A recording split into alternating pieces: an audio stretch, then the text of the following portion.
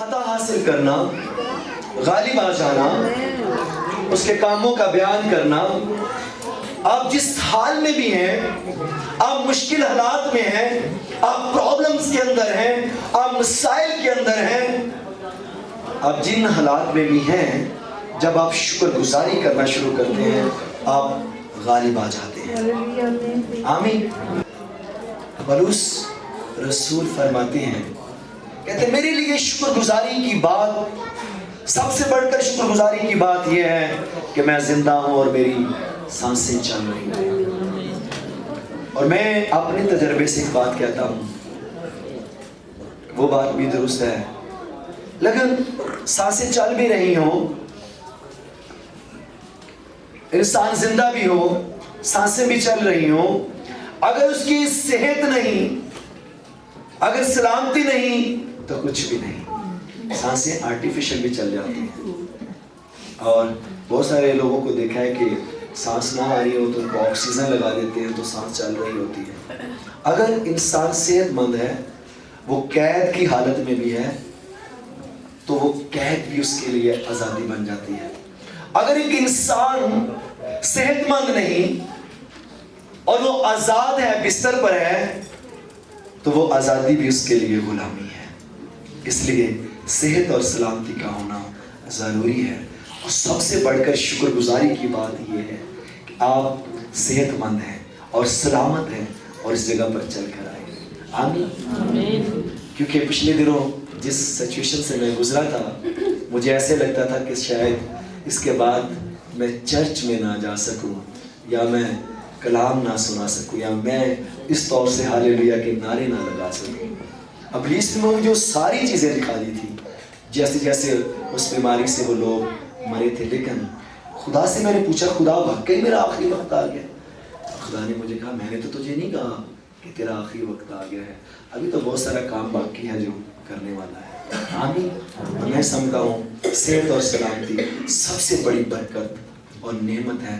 اس لیے مجھے اور آپ کو اور صحت مند لوگوں کو، چلتے پھرتے لوگوں کو، جن کے ہاتھ پاؤں منہ سب کچھ سلامت ہے، اس لیے ان کو شکر گزاری کرتے رہنا چاہیے.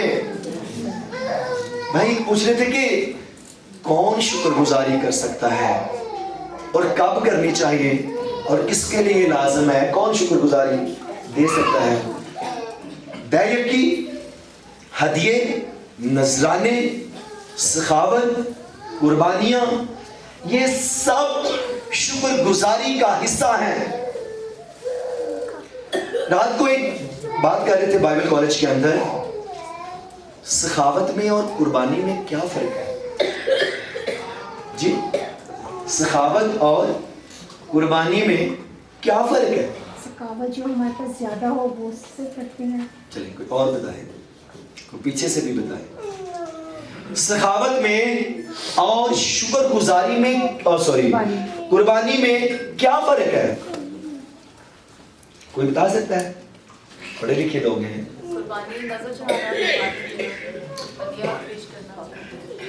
سخاوت آپ اس وقت کرتے ہیں جب آپ کے پاس کثرت سے چیز موجود ہے، جب آپ کے پاس وافر مقدار میں چیزیں موجود ہیں. میرے پاس اکثر جو لیڈیز سے کام ہوتا ہے، کپڑے جنہیں مرضی ہوں لیکن دینا بڑا مشکل لگتا ہے. جب آپ کے پاس ایک سے زیادہ ہوتے ہیں، آپ دیتے ہیں، تو یہ سخاوت ہے. قربانی کا مطلب ہے آپ کے پاس ہے یا نہیں ہے. آپ کے پاس ہے یا نہیں ہے، وہ آپ نے چڑھانی چڑھانی ہے، کیونکہ اس کے لیے تکلیف ہوتی ہے.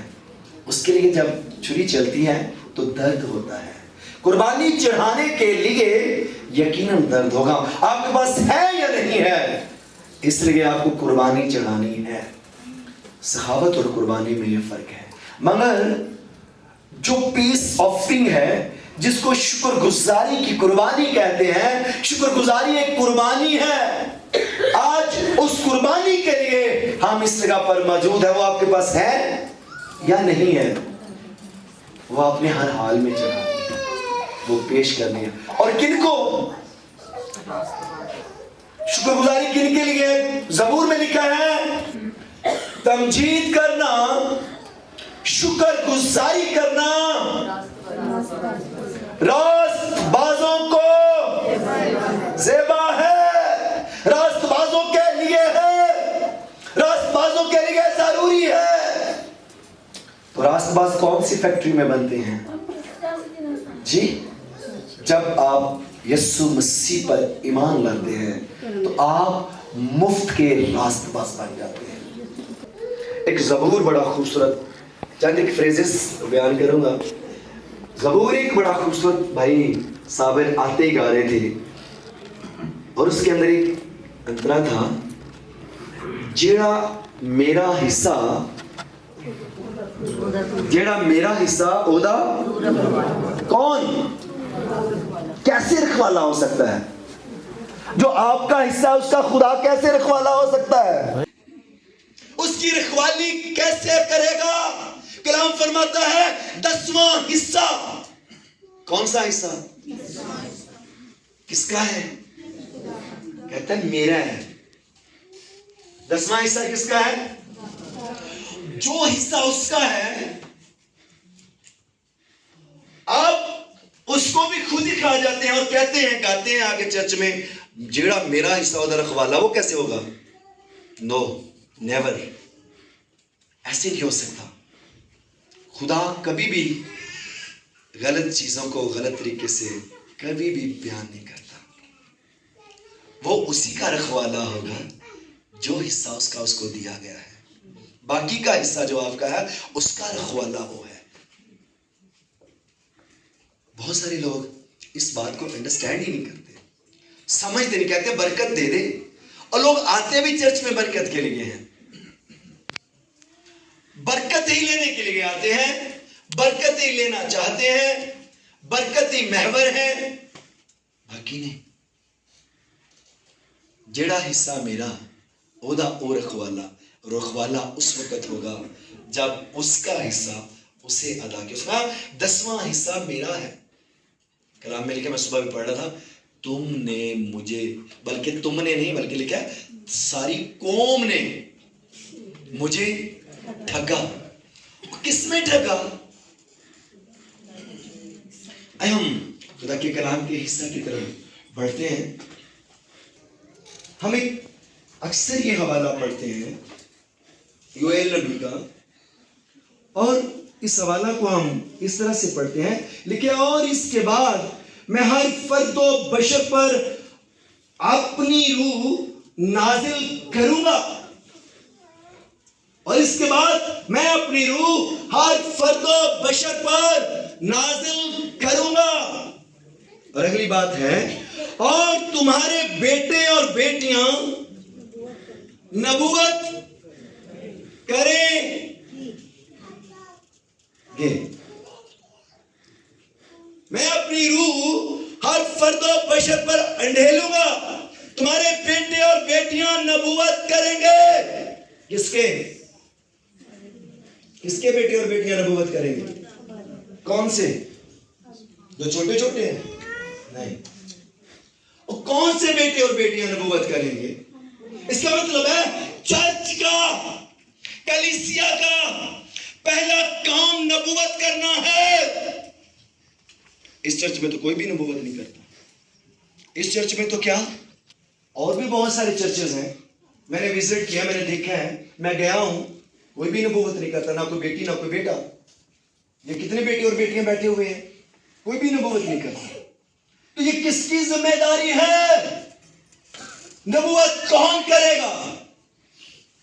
کس کے بیٹے اور بیٹیاں نبوت کریں گے؟ لکھا ہے کلام مقدس میں، لکھا جتنوں نے اسے قبول انہیں خدا کے فرزند یعنی بیٹے اور بیٹیاں ہونے کا حق بخشا۔ لکھا جو یسوع مسیح کی گواہی دیتا ہے، جو یسوع مسیح کے بارے میں بتاتا ہے، وہ نبوت کی روح رکھتا ہے۔ جو یسوع مسیح کے بارے میں بیان کرتا ہے, جو خوشخبری کی منادی کرتا ہے, جو یسوع مسیح کی گواہی دیتا ہے, جو یسوع مسیح کے بارے میں بتاتا ہے, جو یسوع مسیح کے بارے میں بیان کرتا ہے, وہ نبوت کی روح رکھتا ہے. اور کلام فرماتا ہے, خدا نے فرمایا میں اپنی روح ہر فرد و بشر پر ڈھیلوں گا. تمہارے بیٹے اور بیٹیاں, کون سے بیٹے اور بیٹیاں؟ جتنوں نے اسے, وہ کون کہلاتے ہیں؟ بیٹے اور بیٹیاں, فرزند. تو پھر نبوت کون کرے گا؟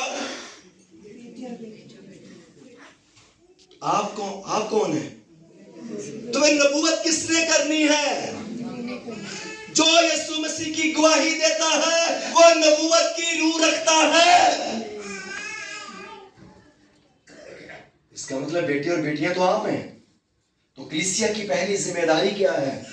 رسپانسبلٹی کیا ہے؟ کہ وہ کیا کرے؟ نبوت کرے. کیا نبوت کرے؟ کون سی نبوت کرے؟ یسوع مسیح کی گواہی دے. کون؟ جو بیٹے اور بیٹیاں نہیں, وہ ذرا ہاتھ دکھائیں مجھے. جو بیٹے اور بیٹیاں نہیں, جو نہیں ہے وہ ذرا ہاتھ دکھائیں. اس کا مطلب ہے سارے بیٹے اور بیٹیاں, جتنے بھی بیٹھے سارے بیٹے اور بیٹیاں ہی تو بیٹھے ہیں. تو پھر گواہی کون دے گا؟ نبوت کون کرے گا؟ یسوع مسیح کے بارے میں کون بیان کرے گا؟ کب؟ کون سا وقت؟ اس نے کہا وقت نزدیک ہے. اب تو لکھا کہ وقت کو غنیمت جانو, بلکہ خدا کے خادم کہتا ہے وقت کو نوچ لو, کیونکہ وقت ہے ہی نہیں آپ کے پاس. کہتا تم پورے یروشلم کو بھی نہ دیکھو گے تو میں آ جاؤں گا. واقعی ہے تک کسی ویکھیا بھی نہیں. بہت سارے لوگوں نے بھی پورا یروشلم یعنی پنڈی شہر بھی نہیں دیکھا. اس لیے کہ میری بیٹیوں, بہنوں, بزرگوں, بھائیوں, یہ میری اور آپ کی ذمہ داری ہے کہ ہم یسوع مسیح کے بارے میں خوشخبری اور گواہی دیں جہاں پہ بھی ہیں.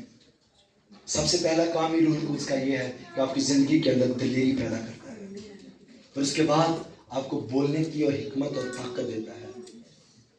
اور کلام مقدس کے اندر کیونکہ آج شکر گزاری کے تعلق سے ہے, اس لیے شکر گزاری بھی وہی کر سکتا ہے جو نبوت کی روح رکھتا ہے. شکر گزاری بھی تو وہی کر سکتا ہے نا جس کے پاس گواہی ہے.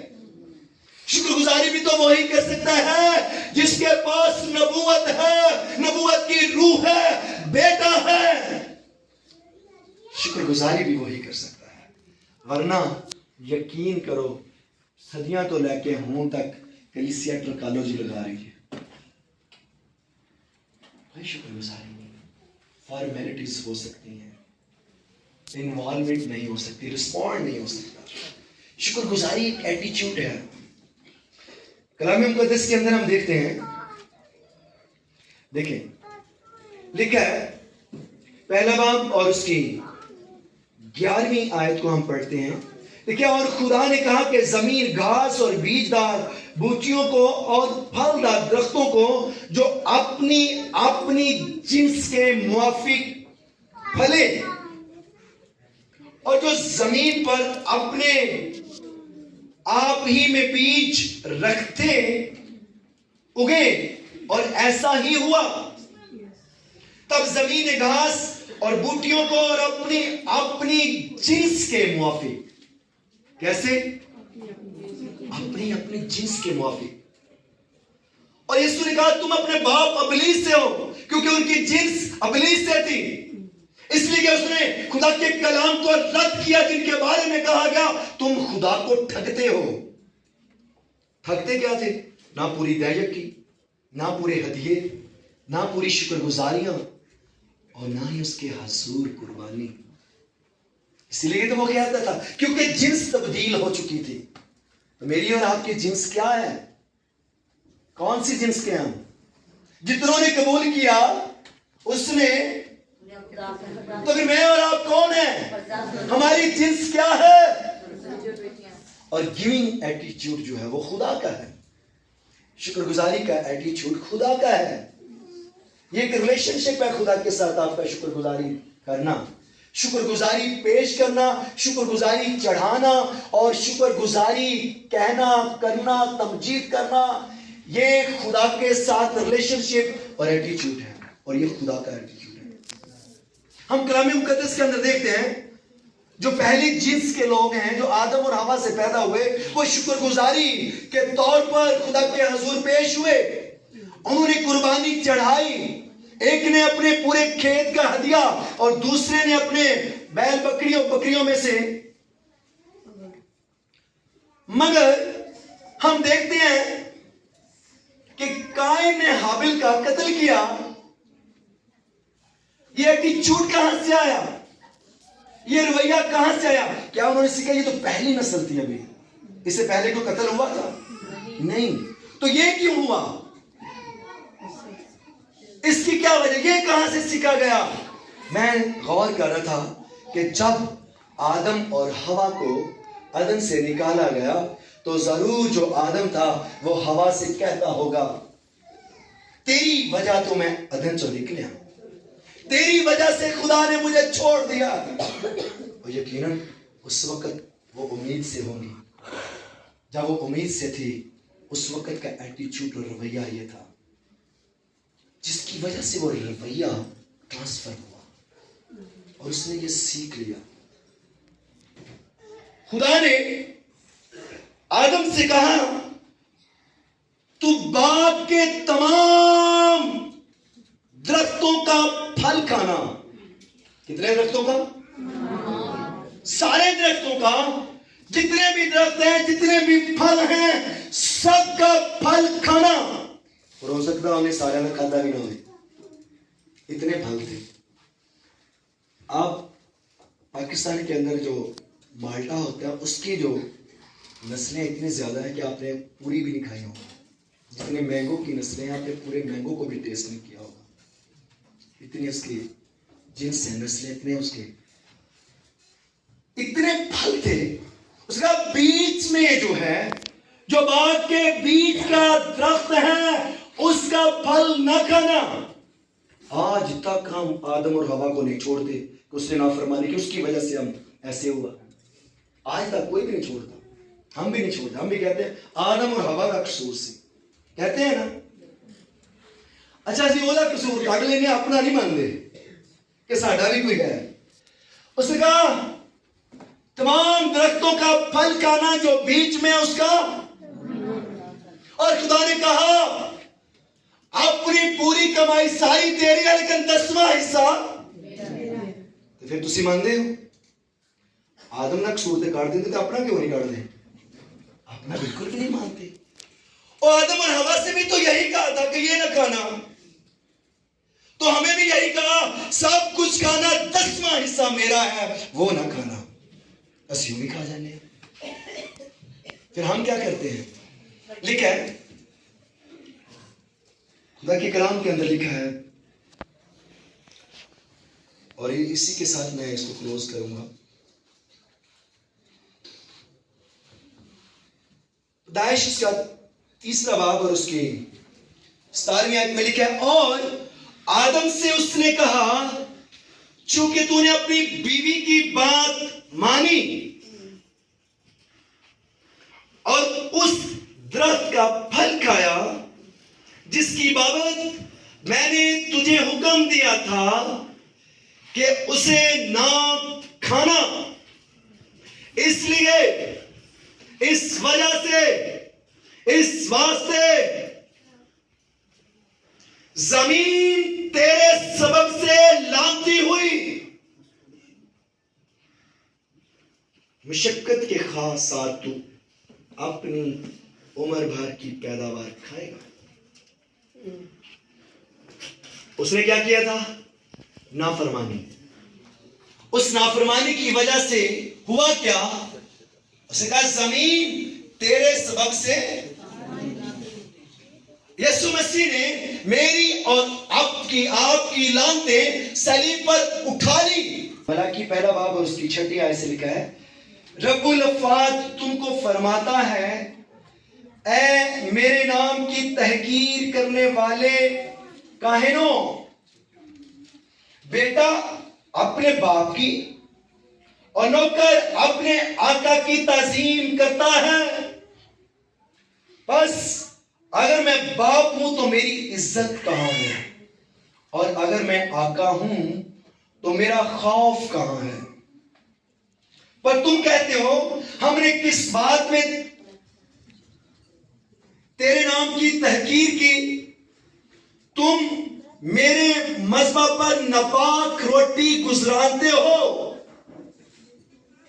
ناپاک روٹی گزرانتے ہو کیسے؟ کیونکہ ہم پورے طور پہ پیش ہی نہیں کرتے, دیتے ہی نہیں ہیں. قربانی کا یہ اصول تھا, شکر گزاری کی قربانی کا یہ رول تھا, یہ اصول تھا, یہ قانون تھا جو خدا نے ٹھہرایا تھا. جو برا بچڑا خدا کے حضور قربان کیا جائے, پہلی صفت, پہلی بات, وہ نر ہونا چاہیے اور یک سالہ ہونا چاہیے اور بغیر داغ اور دبوں کے ہونا چاہیے. اس کے اندر, اس کی باڈی کے اندر کوئی کٹ, کوئی داغ نہیں ہونا چاہیے, وہ بے عیب ہونا چاہیے. یہ قربانی کا, یہ شکر گزاری کا اصول تھا, قانون تھا جو خدا نے دیا تھا کہ یک سالہ ہونا چاہیے, بے داغ ہونا چاہیے, اور کاہن اس کو ٹیسٹیفائی کرے.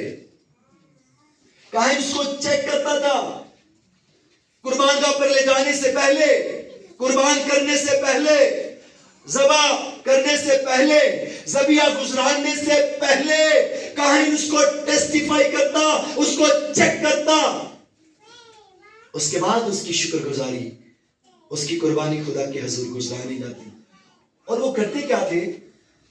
جو لنگڑا, جو رہا ہوا ہوتا, جو نکارا ہوتا, جو کسی کام کا بھی نہ ہوتا, وہ کہتے اچھا چلو اے خدا نے دے دو, یہ قربان کا کرے گا. اور خدا غضبناک ہوا اور اس نے کہا پر تم کہتے ہو ہم نے کس بات میں تیرے نام کی تحقیر کی؟ تم میرے مذبح پر ناپاک روٹی گزرانتے ہو اور کہتے ہو کہ ہم نے کس بات میں تیری توہین کی؟ اسی میں جو کہتے ہو خداوند کی میز حقیر ہے. جب تم اندھے کی قربانی گزرانتے ہو کچھ برائی نہیں, اور جب لنگڑے اور بیمار کو گزرانتے ہو تو کچھ نقصان نہیں. اب یہی اپنے حاکم کی نظر کر. اچھا کسی کے گھر کو کسی کو کوئی تحفہ دے تو وہ ٹوٹا پھوٹا دے دے یا ایسی ادھورا سا دے دے تو کیا وہ تحفہ قبول ہوگا؟ نہیں. وہ کہتا ہے تم یہ کسی حاکم کو گزران کے دے اور میرے لیے تم لنگڑے, اندھے اور زخمی اور عیب دار لے کر آتے ہو اور کہتے ہو کہ ہم نے کس بات میں تجھے ٹھگا, کس بات میں تیری تحقیر کی. یہی تو تحقیر ہے اس کی. تو ہم کیسے کرتے ہیں؟ ہم جتنا کماتے ہیں پورا نہیں لاتے, ہم اس پہ ڈنڈی مارتے ہیں یہ پورا نہیں ہے, یہ اندھا اور لنگڑا ہی تو ہے. پاسٹر سمجھ شریف صاحب کس جگہ پر کلام سنا کے انہوں نے کہا ہم خدا کے ساتھ بھی ٹومی جیسا سلوک کرتے ہیں. گوشت کھا کے, چکن کھا کے, مرغی کھا کے جو ہڈیاں بچ جاتی ہیں وہ ٹوٹ کو ڈال دیتے ہیں. ہم بھی جب کما کر لاتے ہیں پورا سال اس نے سنبھالا مجھے اور آپ کو, ہر مشکل سے نکالا مجھے اور آپ کو, اس نے سلامتی بخشی مجھے اور آپ کو. کلام فرماتا ہے وہ دولت کمانے کی قوت بخشتا ہے, اگر وہ قوت ہی نہ دے تو میں اور آپ کیا کر سکتے ہیں؟ میں نے بہت سارے لوگوں کو دیکھا. اسی جگہ پر میں نے لاسٹ ٹائم ایک ٹیسٹمنی سنی تھی. ایک بھائی گجرات کے اندر تھے اور سروس شوز فیکٹری سے وہ ریٹائرڈ ہوئے, اس کو پینشن ملی, ایکسیڈنٹ ہو گیا اور ساری دولت اڑ گئی. میں نے اس سے جب ٹھیک ہوا پوچھا کہ وہ پیسے کہاں گئے, وہ سب کچھ کہاں گیا, تو کچھ بھی نہیں. اس نے ساری پورا سال مجھے اور آپ کو سلامتی بخشی ہے, تو ہم نے اس کو کیا دیا ہے؟ اگر چلو خدا تیری خیر ہے کوئی بات نہیں. لکھا ہے تم اندھے کی قربانی گزرانتے ہو. اور جب لنگڑے اور بیمار کو گزرانتے ہو تو کہتے ہو کچھ نقصان نہیں. کلیسیا، چرچ، ایمانداروں، راست بازوں، یہ ضروری ہے کہ ہم جب اس کے حضور قربانی گزارنے تو پھر پوری گزارنے، پھر پورے ہدیے لائیں. خدا کے ساتھ دھوکہ نہیں نہ کریں. چلو میں آپ کو تو کچھ کہہ سکتے ہیں لیکن مجھے آپ کو تو نہیں پتا چل سکتا، لیکن خدا کو تو سبھی پتا چلتا ہے. وہ تو جانتا ہے کہ دینے والے کی نیت کیا ہے اور کس نیت سے دے رہے ہیں. آج ہم کس بات کے لیے آئے ہیں خدا کے حضور؟ اس کے حضور شکر گزاری کی قربانی گزارنے کے لیے. آمین. اس لیے خدا کے کلام میں لکھا ہے خدا خوشی سے دینے والے کو عزیز ہے. بہت ساری ایگزامپلز ہیں، مثال میں نہیں دینا چاہوں گا. اس پہ کلوز کرتے ہیں. ہم اپنے ہدیہ جات، اپنی شکر گزاریاں خدا کے حضور گزاریں گے.